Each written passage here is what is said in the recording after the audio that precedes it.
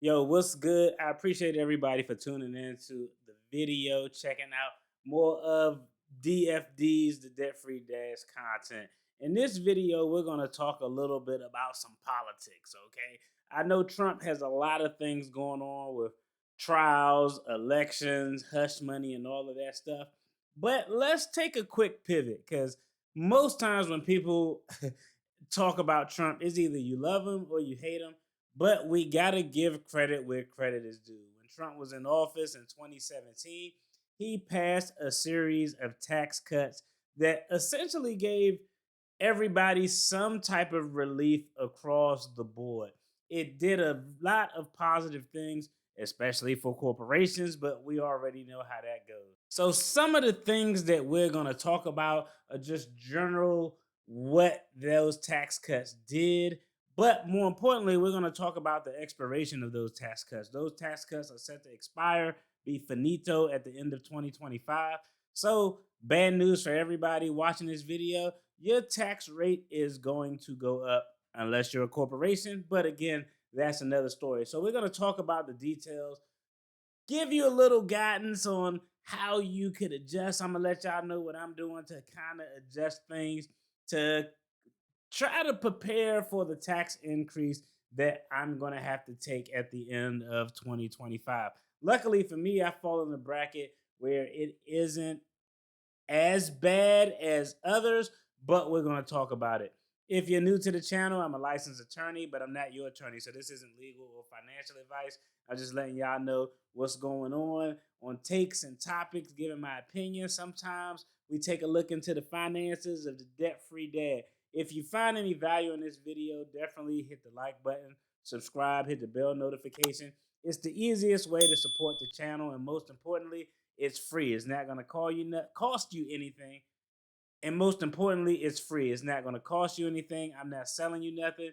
But I do like to give my take and opinion on topics, on finance matters, on legal matters, on things that's happening just out there that may make me say, what the hell is this? Let's talk about some of the things that the Trump era tax cuts did. First and foremost, some tax cuts for corporations have become permanent.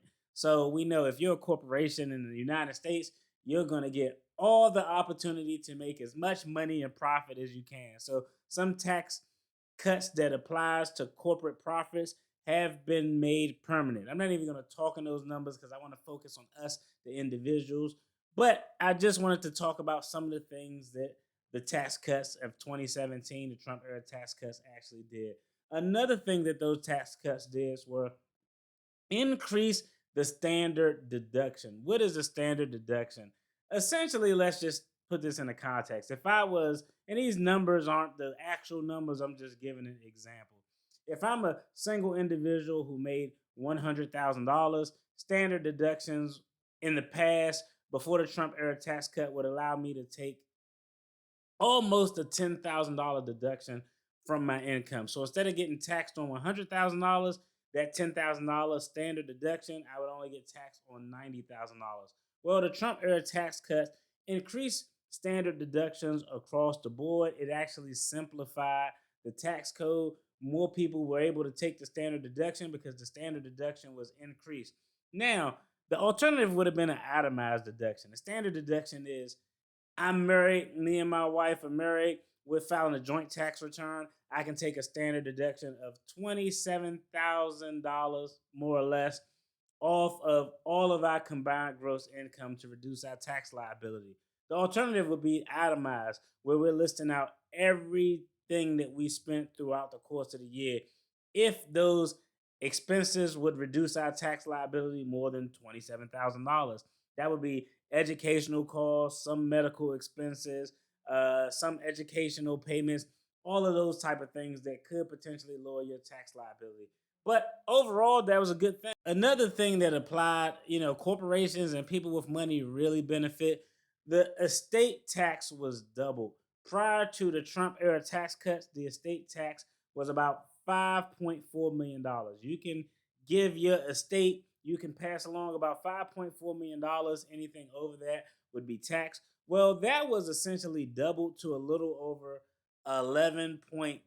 I think $7 or $8 million, and that adjusts for inflation. So in 2018, it was like 11.7 million. Then at a state tax, it slowly increased. Now it's like 12.9 because it adjusts for inflation. Estate tax is a little bit of finesse because everybody be like, oh, they shouldn't tax the estate. Well, most people who pass away don't have an estate. They don't have $5.4 million to actually leave to their loved ones. So most people don't have an estate, but it did double the estate tax. So people who had a bag, people who were multimillionaires, they were able to leave inheritances to their loved ones and reduce the tax burden because they can leave more money and didn't have a tax obligation for it. Now that we covered some of the general things that probably don't apply to most of us, but yo, if you the estate tax applies to you, salute because you out there getting the bag. Now let's talk about the individuals and how much more you are going to pay. Now, there are 7 tax brackets, and the 7 tax brackets remain, but most were adjusted with the exception of 2 categories. Persons who made between $231,000 and $578,000 a year, hey, nothing changed with y'all tax bracket. Again, people with a bag is winning.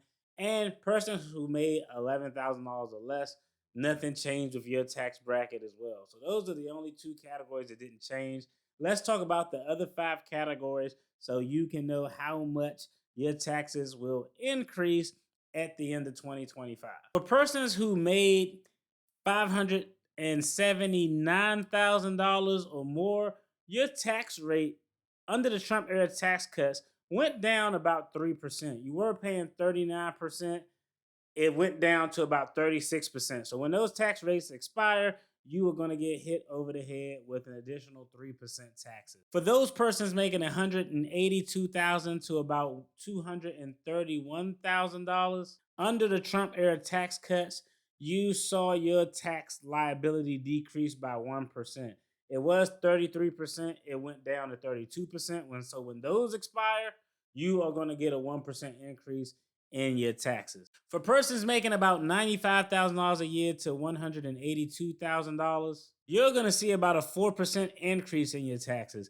Prior to the Trump era tax cuts, you paid about 28%. Since the Trump era tax cuts, you're paying about 24%. So when those tax cuts expires, look at paying 4% more in taxes. And for persons making $44,000 to about 95-ish, $96,000, you're going to pay 3% more in taxes. Prior to the Trump tax cuts going in, you paid about 25%, but Trump hooked it up and you were paying about 22%. So when everything expires, you have to figure out how to adjust for that additional 3% that you're going to have to pay in federal taxes. And finally, for those making $11,000 to $43,000 a year, you're going to see a 3% rise in your taxes when the Trump era tax cuts expire.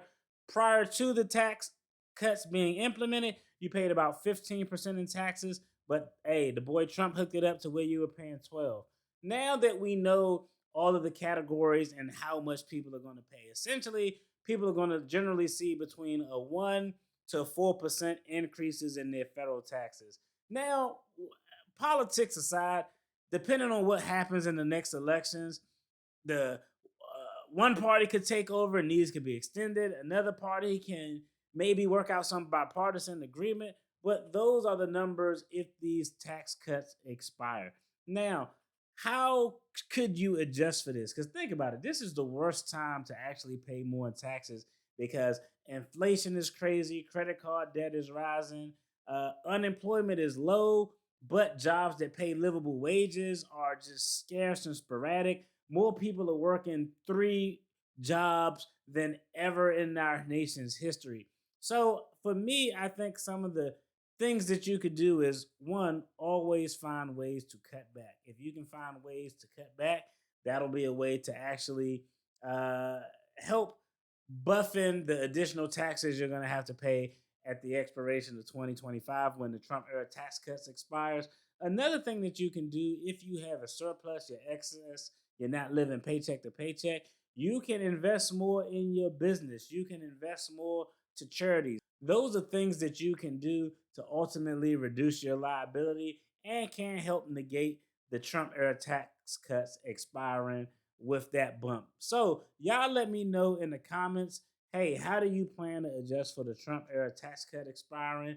Or let me know in the comments, do you think they'll get extended by Congress? Do you think they'll just lapse? Let me know what y'all think. And if y'all enjoyed this video, check out the content on the screen. There's going to be more content related to finances and attorney reactions.